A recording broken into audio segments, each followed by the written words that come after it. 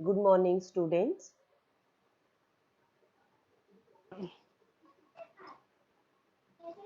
Good morning. Good morning, ma'am. Good morning, ma'am. Hmm.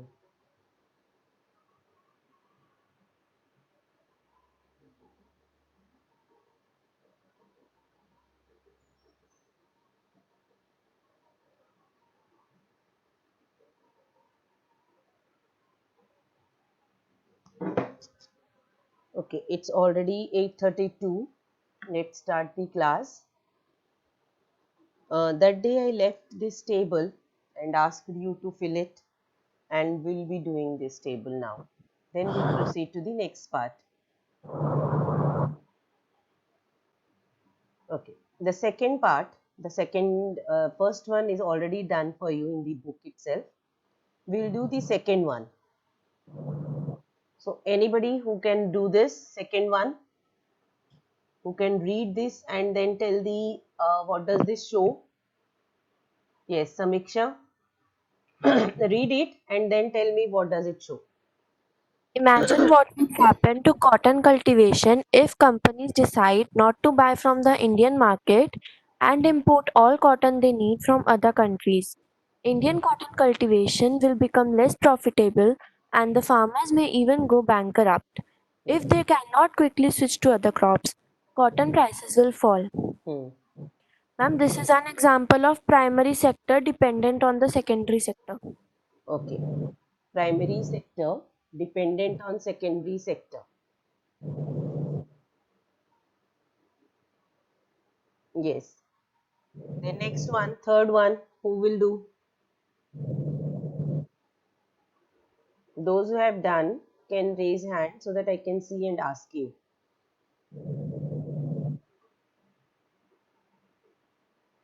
Who will do the third one?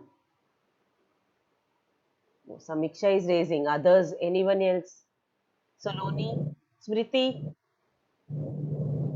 Smriti, you can do third one. Read it. Smriti. Hmm. Some farmers buy many goods such as tractors, farm sets, electricity, pesticides, and fertilizers. Hmm.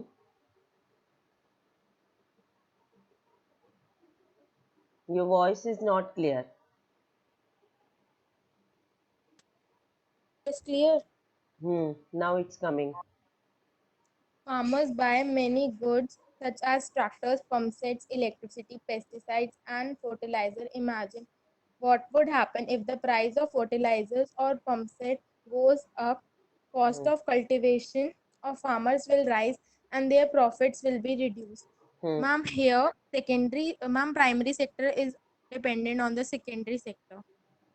Okay. Because see, I think there is one more here. Farmers buy many goods and all this. Imagine what would happen in the price of fertilizers. Okay. Primary sector, that is, farmers are dependent on the secondary sector because they are buying the all the goods which are made in the factories or industries. The last one is very interesting. Who will do? Mehul. People working, Yes, Mehul, you can do. And read loud little. Yes. people working in industrial and service sector need to imagine what would happen if there is a strike by transporters and lorries to Hmm. make shipments in the rural Voice areas. is not clear. Maybe you keep your mic little away and then read. People working in industrial and service sectors need food. Imagine what would happen if there is a strike by transporters and lorries Hmm. to take vegetable mills, etc. from rural areas. Food will Hmm. become scarce in urban areas, whereas farmers will be unable to sell their products. Hmm. This is an example of primary and secondary dependence on tertiary. No, you are not very clear. It is the example of primary sector depending on Prim- secondary. You said. Ma'am, primary and secondary sector dependent on tertiary sector. Okay, primary and secondary dependent on the tertiary sector. Okay. Is it correct, Samiksha? Ma'am, I have written only primary dependent on secondary. No, no. But see, that is what I said. There is a little interesting part over here which you have to think. Yes, ma'am. Ma'am, I did not read about industries, so now it will be Yes. primary and No, no. secondary. It is people working in industrial and service sector need food. So if you see the first line, it is both service sector, that is the secondary sector, and tertiary sector dependent on primary sector. Then the next line is different. Imagine what would happen if there is a strike by transporters and lorries refuse to take vegetables, milk, etc. from rural areas. So here primary is dependent on tertiary sector. In the second part, it is primary dependent on the tertiary sector. Food will become scarce in urban areas, whereas farmers will be unable to sell the products. And tertiary sector dependent on primary. So there are three things here in the same paragraph. Clear? So let's proceed quickly to the table which I left. Question number 3. Anyone? Question number 3. That day I did only 1 or 2 and asked you to do it. Anyone can do now? Raise hand. Kavya.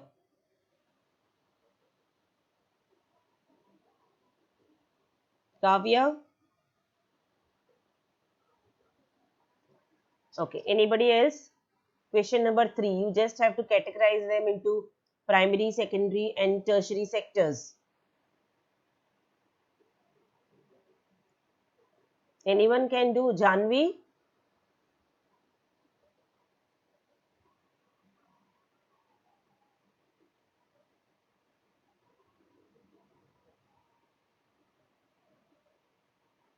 Okay. Samiksha, you can do. Okay, ma'am. Hmm. Ma'am, the first one is tailor. Hmm. Ma'am, tailor comes under secondary sector. Tertiary. Yes, ma'am, All tertiary of you sector. please correct it because even if you have done wrong, that's why I told you on that day. Hmm. Do it. Ma'am, basket Tertiary. weaver Hmm. is secondary sector. Okay. Flower cultivator is primary sector. Hmm. Milk vendor tertiary. Hmm. Fisherman primary. Hmm. Priest and courier both are tertiary sector. Okay. Then workers in a match factory secondary sector. Hmm. Money lender is tertiary. Hmm. Then gardener and potter both are primary sector. Okay.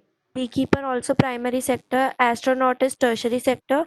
And Hmm. call center employee also tertiary sector. Okay. That's correct. All over there. All of you, those who have not done, also can mark.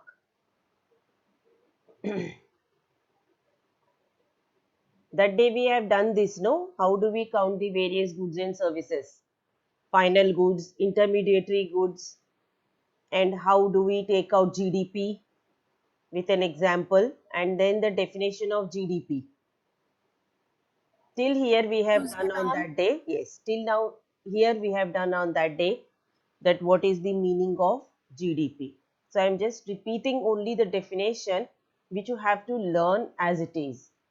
GDP is the value of all final goods and services which produced within a country during a particular year. That is the definition of GDP. How is it calculated?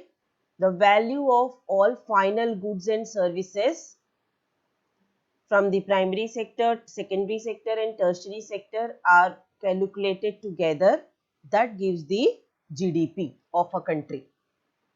What is GDP full form? Gross Domestic Product. Okay, so let's now continue with the historical change in sectors.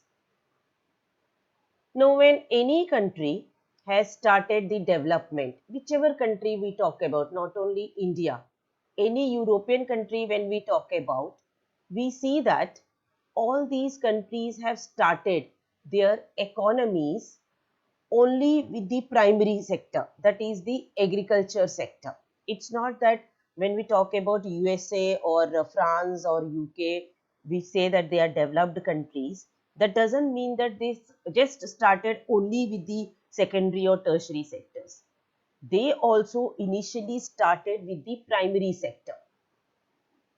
And India also started their economy, development of their economy with the primary sector. But then what is the major difference that why those countries, many European countries, have become very developed countries and India remained as developing country? Like in the first chapter we have seen, we categorized that India is a developing country and many European countries and USA, these are the developed countries. So how this has become? That is the historical change in sectors. Now, first let me explain, then if we want, we can do it from the book. Now, imagine the two countries. On one side there is India and the other side there is, say, let's take Britain. When Britain started their development, there was only agriculture sector there also. But what did they do different from ours? In their country, like most of them, 80, 90% were engaged in the agriculture in the beginning. What did the government do is, government has invested their money in improving the agriculture sector. So when agriculture sector improves, we call it as primary sector, because the other two sectors are dependent on primary sector. So when primary sector they improved, they invested money, and when that improved, automatically it has led to the increase in production in the primary sector. When there was increase in production in the primary sector, the surplus amount of money, surplus amount of the goods, they had to be sent to the secondary sector. So they required the secondary sector. So that is how the secondary sector improved, because those extra amount of the goods that needed to be sent to the secondary sector where they are processed into the finished products. Then once the secondary sector improved, primary sector and secondary sector, they required the third sector, that is tertiary sector, because when there was surplus amount of the goods, they had to reach from the villages to the cities or to the towns. So they required tertiary sector. So that is how they developed step by step. We call it as step by step development. First develop primary sector, then develop secondary sector, then develop tertiary sector. So what happened? Slowly there was a shift from primary to secondary, secondary to tertiary. Even the people have shifted. Those people earlier, if there were 80-90% engaged in the primary sector, slowly and slowly they shifted to secondary and tertiary sector, and at present if you see, they are hardly 5% of the people in the developed countries who are engaged in the agriculture sector. So that's how they have become a developed country also. Now coming to India, what happened in India is, when we got independence, we know that more than 75% of the people were engaged in the primary sector. So, but at that time, when we got independence, because we were late in getting independence from the British rule, by that time already many European countries have become industrialized countries already. So when we got independence, what our government has done? Our government has invested money in setting up of several factories and industries. Now, and are you understanding? Ours was the beginning stage where we had to develop the agriculture sector, but our government didn't invest money in the agriculture sector. It has invested money in the secondary sector where it has established so many factories and industries. But think for a minute that just setting up of factories and industries is enough. Don't we need the raw material in these secondary sectors? Then, don't we need the human capital in the secondary sector? Having a machine is not enough. We need to have the skills to use that machine and produce the goods, which was not there in our country. So setting up of big industries or big factories was of no use for our country, but our country has invested crores of rupees upon this. So what did we do? Ours was a situation where we tried to jump. What is the difference between them? When you say, just imagine your own school stairs. If you are going step by step, you will never fall down. But if you try to jump some 4-5 steps ahead, there are most of the chances that you will definitely fall down. That is exactly happened with India. We never have tried to improve the primary sector where our 75 to 80% of the people are engaged. And we have developed only the secondary sector by setting up industries and factories. So even the secondary sector was not able to employ many people. So because there was no technology, no technical knowledge was not there. In the same way, tertiary sector, unless until you develop primary sector, there cannot be development in the tertiary sector. So that is how our economy remained as developing, because we realized, India realized much later that we have done a mistake by investing in secondary sector. So then we started investing in the primary sector, then improving, making some of the programs like MSPs, etc. for the primary sector, so that the primary sector can improve. But by the time, all other countries have already become developed countries. That is the basic difference between the historical change in sectors. So India did not develop step by step, but when we talk about the other countries, European countries, or when we talk about India, we say that it has developed step by step. So that is why they are able to develop much faster than our country. So when you are writing, you can write with the examples. On one side you can write India, and the other side you can write any USA. You can take USA and then write the example that how they have become developed and how we remained as developing country. I hope you have followed this, because if I read from the book it will take a long time. So that's what is the story. Here is the question also for you. Let's work these out. First question: what does the history of developed countries indicate about the shift that have taken place between sectors? Now, how will you explain this answer? Anyone? Question number 1. Just now you heard. How will you explain this answer? What does the history of developed countries indicate about the shift that have taken place between sectors? Anyone can raise hand so that I can ask you.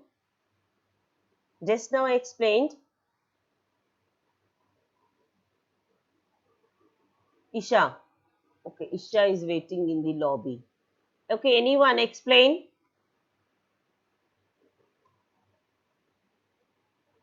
Anyone? Why is it so? Somil? Aditya Yadav, can you explain?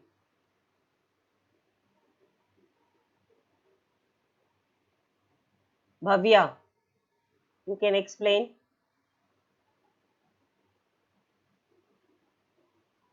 Ma'am, Hmm. ma'am, in this question, ma'am, the history of developed countries indicate that the shift of primary sector has taken place to secondary and tertiary sectors. Hmm. So, I how do you explain this? You have to explain that in developed countries, they have developed step by step. First, they developed their primary sector, and then they developed the secondary and the no. When they developed the primary sector, it has led to the development of the secondary and the tertiary sectors. That is how you will explain. Okay. And children, there are many children who are joining very late. It's already 8:52. Sawmill and all, you are joining now. So, which is not allowed actually.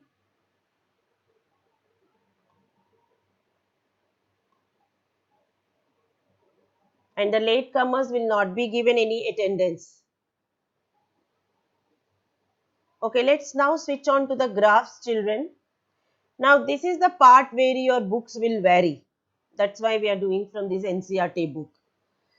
Many of you are using old books, your siblings. Excuse me, ma'am. Yes.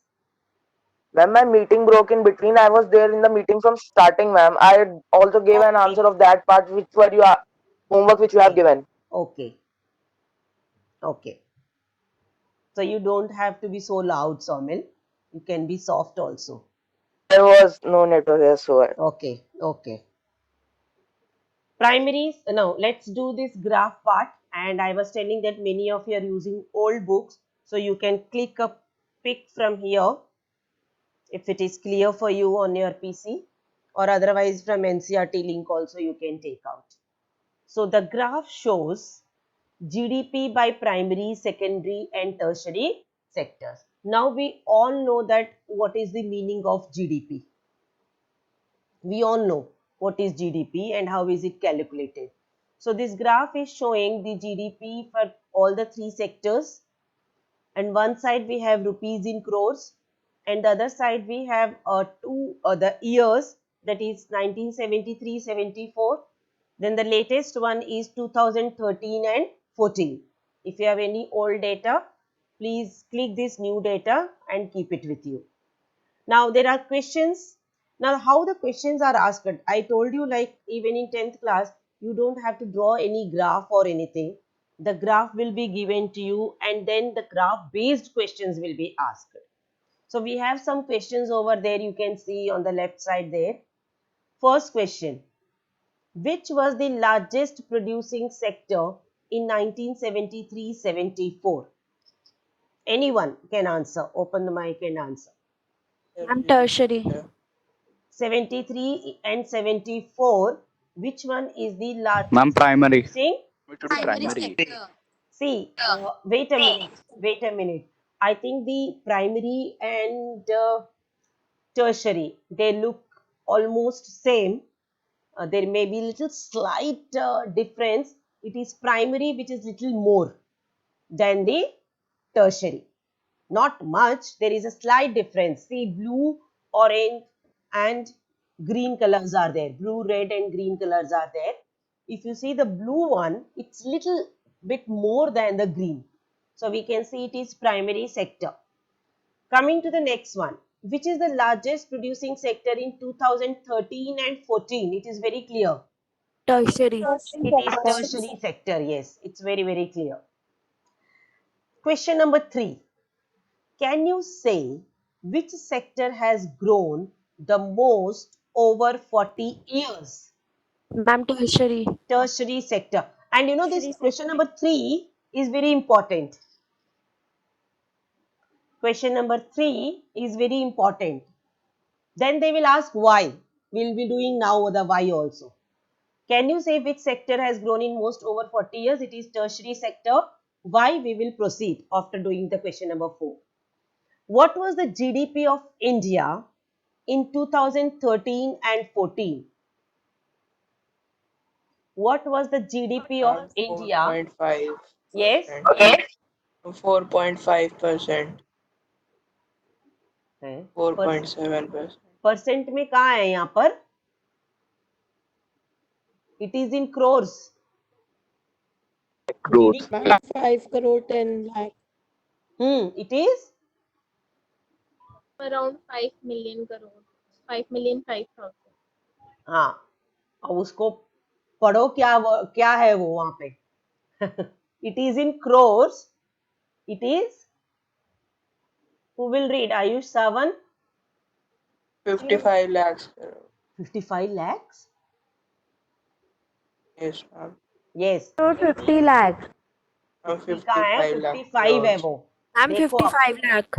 55 है. 55 lakh, Lakh crore. आप जहाँ पे green का सबसे ऊपर जाओ. 5.5 million.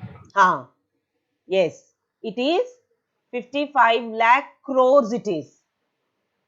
ठीक है. That is how you will read. So that's the total GDP of our country also. Now we come to the question which is here, which you have just come across. That is, can you say which sector has grown the most over 40 years? We answered that it is tertiary sector.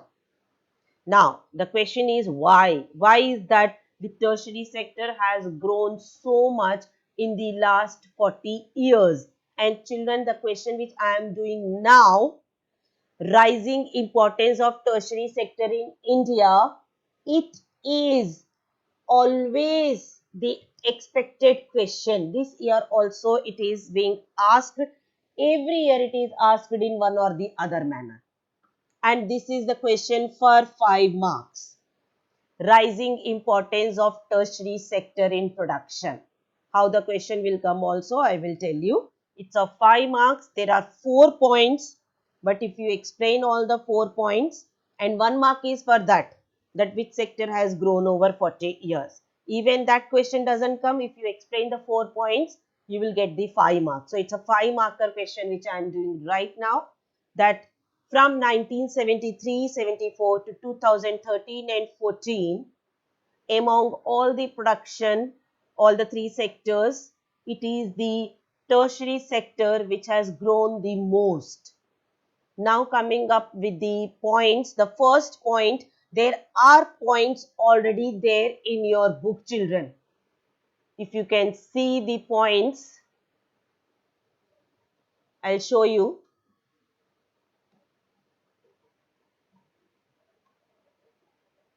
Here, which is written here, first point you can see.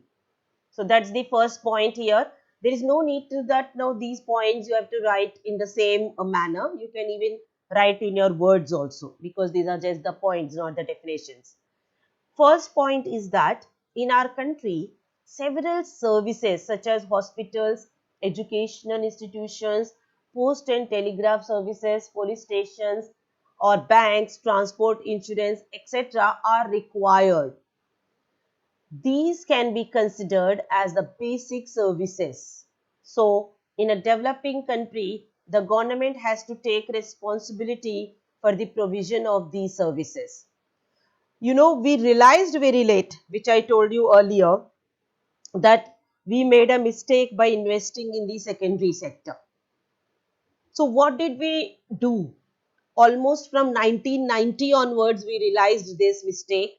And from 1990, we have been, our government, that is, we have been investing in the, especially in the human capital resources, infrastructural resources, so that we realize that without infrastructure, say without the schools, without the education institutions, without the health centers, we cannot get the human capital. And once we get the human capital, then nobody can stop us to develop. So the first point is that our government started investing lot of money upon the tertiary services, which are the base, which are the very much needed for whether it is primary or for the secondary sector. So for example, banks giving the loans to the primary sector and secondary sector, which is very much a required activity. So that is how they have invested upon the tertiary sector, due to which there is a growth in the tertiary sector. Then we have the second point over here in the second paragraph itself, which you can see over here. So that's your second point. The development of agriculture and industry leads to the development of the tertiary sector. We have done this that whenever the primary sector, like I told you in the developed countries also what they did, they developed the primary and secondary sector, which led to the improvement in the tertiary sector, because when there is surplus amount of the goods in the primary sector, they need tertiary sector, because the transportation is required.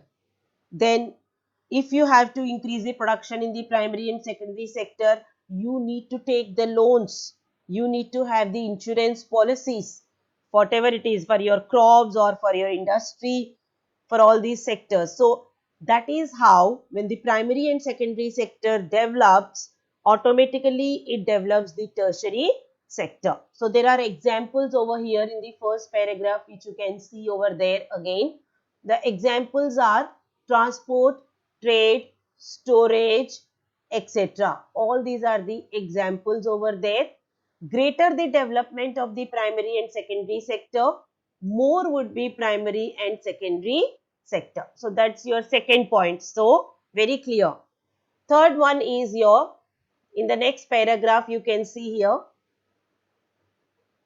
I am not so good in this, but you can see third one, as income levels rise. You know that whenever there is little bit development, when the income rises, say for example in your family, when the income of the person increases, what do we demand? We demand generally certain things for us, especially the luxurious things. Maybe we go and eat out, maybe we go to some place for the tourism, we go to the shopping malls to buy the goods. We demand for a better school, maybe a good private school. We demand a better hospital, a private hospital, because now our income is increased. So all these things which I am naming, they all also come under the tertiary sector. So what is the third point? As the income, we say that as the money in your pocket increases. That's easy way to remember. So when the income level rises, certain sections of the people start demanding many more services like eating out, tourism, shopping, private hospitals, schools, professional trainings, etc. And all these come under the tertiary sector. We come to the last point, fourth point over there.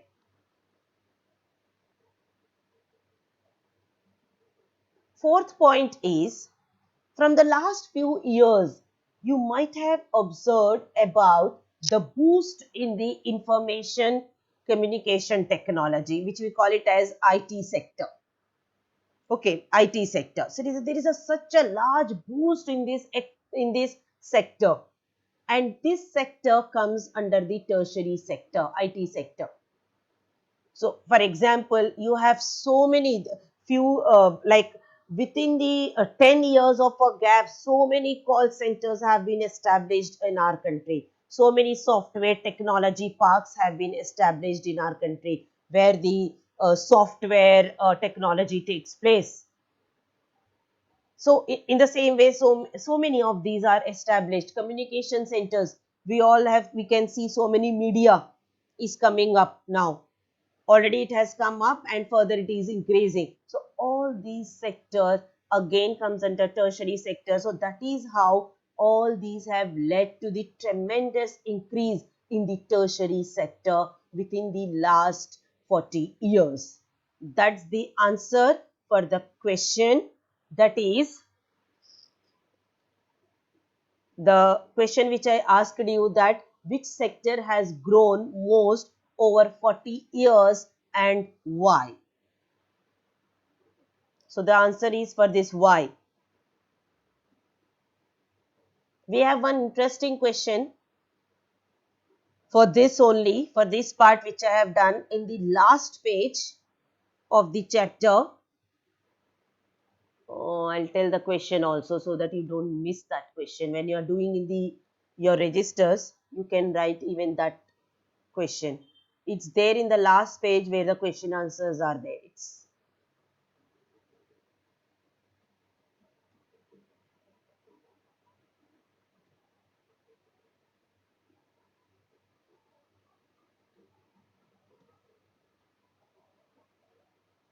Yes, question number 12. You can mark question number 12. That's the question. Tertiary sector is not playing any significant role in the development of Indian economy. Do you agree? Give reasons in support of your answer. They are saying that tertiary sector is not playing any important role. Do you agree? Answer is no. Tertiary sector plays very important role. So these are the 4 points you will give the answer over there. Is it clear, this question? Is the question clear, children? At least Yes, one of ma'am. you Ma'am. say yes or no. Yes, ma'am. Yes.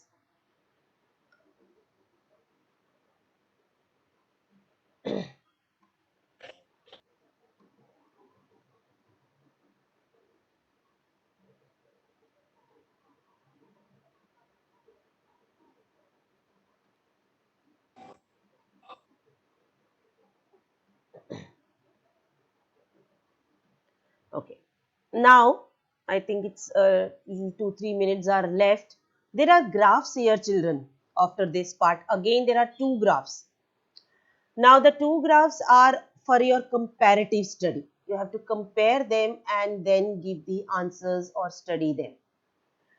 So, again, the 2 graphs are telling about, first of all, first graph is the one which I have already done earlier, that is GDP, share of sectors in GDP. And second graph is, that is graph number 3, tells about share of sectors in employment. How many people are employed in which sector? Now, if you see these graphs, first one, if you see this one, graph 2, share of sectors in GDP, we have already concluded here that in 2013-14, it is a tertiary sector which has grown the most. Already we concluded this even in the earlier one. What do you see in the graph 3? In 1972-73, in which sector most of the people are employed? Primary sector. Primary sector, yes. Coming to 2011 and 12, which sector is mostly employed? In primary sector. Primary sector. Again in primary sector. In both the years which is shown over here, it is the primary sector where most of the people are employed. Now the question for you is, I'll ask. Question for you is, although more people are employed in primary sector, why is their share to GDP is low? That is a comparative study. I am repeating my question. Even if more people are employed in primary sector, why their share to GDP is low? आप दोनों graphs देखो. If you see this, GDP of primary sector is very low in comparison to the number of employed people. Any one of you? Because they produce raw materials which are low in cost. Okay, that can be one reason. Any other reason? Any child out of the 2 classes? There is, Ma'am, there is one word more answer. employment. There is more employment in secondary and tertiary sector, and ma'am, in primary sector there is disguised unemployment. Yes, that's the perfect answer. In primary sector, there is disguised unemployment. If you remember, children, in 9th class, I have done this disguised unemployment, which I'll discuss again. Don't worry, in the next class because the time is up. So, disguised unemployment is the answer which is in the primary sector. That is why their share to GDP is low, even there more people are employed in the primary sector. So, I am leaving this question here and we'll discuss the disguised unemployment in the next class, because of which there is less amount of GDP.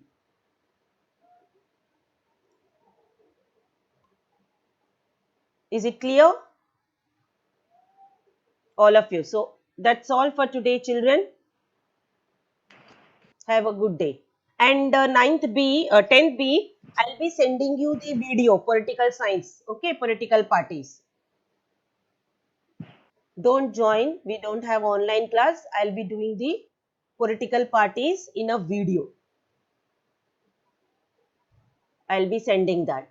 So that's all. Have a Okay, good day. ma'am. Yes.